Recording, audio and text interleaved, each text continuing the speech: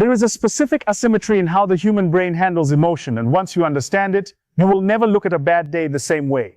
Think about the last time something genuinely good happened to you. A promotion, a compliment from someone you respect, a piece of news you had been waiting on. You felt it. You really felt it. And then within hours, maybe a day, you were back to normal. The brain had absorbed it and moved on. Now think about the last time something genuinely bad happened. A rejection, a relationship that ended. How long did that one stay? Probably much longer. And the question worth asking is, why? The answer is not weakness. It is not pessimism. It is a very specific feature of how your brain processes experience, and it has everything to do with what the brain believes it still has to do. Here is the mechanism. Your brain does not treat all emotional experiences as equal. It runs a triage system. And in that system, negative experiences, losses, threats, failures, rejection, get flagged as unfinished business.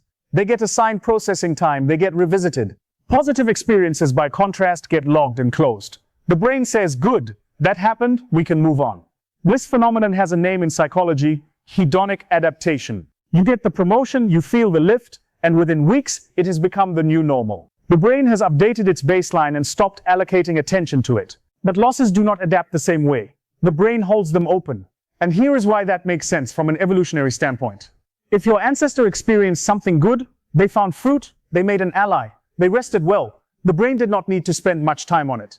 The event was complete. The outcome was secured. But if your ancestor lost a resource, lost a relationship, or made a mistake that cost them something, the brain had reason to stay with that. To ask what went wrong. To search for a pattern, to ensure that next time, the outcome would be different. Sadness, in this framework, is not a bug. It is the brain's signal that something important happened, and that the processing is not yet done. Now here is where it gets interesting, and where understanding the brain starts to matter practically. There is a specific cognitive behavior that determines how long sadness actually lasts. It is called rumination. And rumination is the difference between processing an experience and replaying it. Processing moves through the event. It asks what happened, what it means, and what changes as a result. It has a direction. Rumination loops. It replays the same scene, the same conversation, the same moment of loss, and each replay reactivates the emotional response. The original event may be weeks behind you, but the brain does not experience the memory as a memory. It experiences it as a signal, and the signal tells the emotion, stay active, stay relevant. This is not over. This is why sadness can feel disproportionate to the event that triggered it. It is rarely just the event. It is the event plus every time you have returned to it. The emotion compounds each time you revisit. And the brain, doing exactly what it was designed to do, keeps treating each return as evidence that the processing is not yet complete.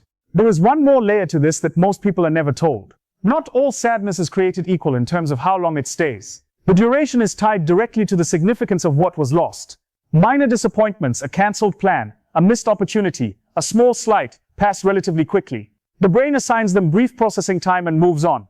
But the sources of sadness that linger longest are the ones attached to things that cannot simply be replaced or resolved. The loss of a relationship, the death of someone you loved, a major failure that also carries an identity consequence, not just what happened, but what it says about who you are. These stay because the situation itself requires adjustment over time. Your life has genuinely changed shape. The brain is not malfunctioning by staying with it. The brain is trying to help you reorganize, to map the new terrain, to figure out who you are now and what comes next. Which brings us to the most useful reframe that cognitive neuroscience offers on this. Sadness at its core is your brain signaling that something mattered. The length of the sadness is roughly proportional to the significance of what was lost. And the process underneath it, the reflection, the meaning-making, the slow reorganization, is not a flaw in human psychology. It is the mechanism by which we actually adapt to the things that change us. Happiness says, this is good, hold it and move forward. Sadness says, something important ended. Sit with it. Figure out what it meant.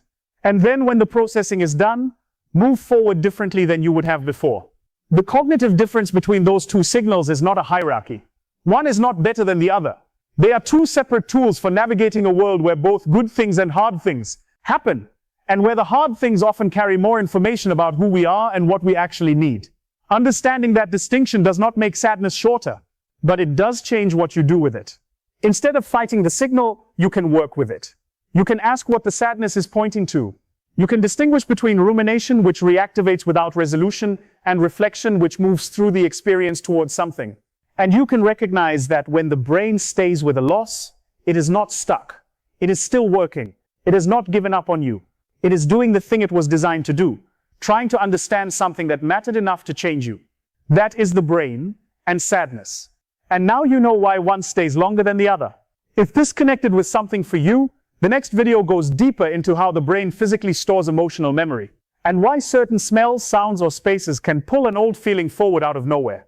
I will see you in the next video.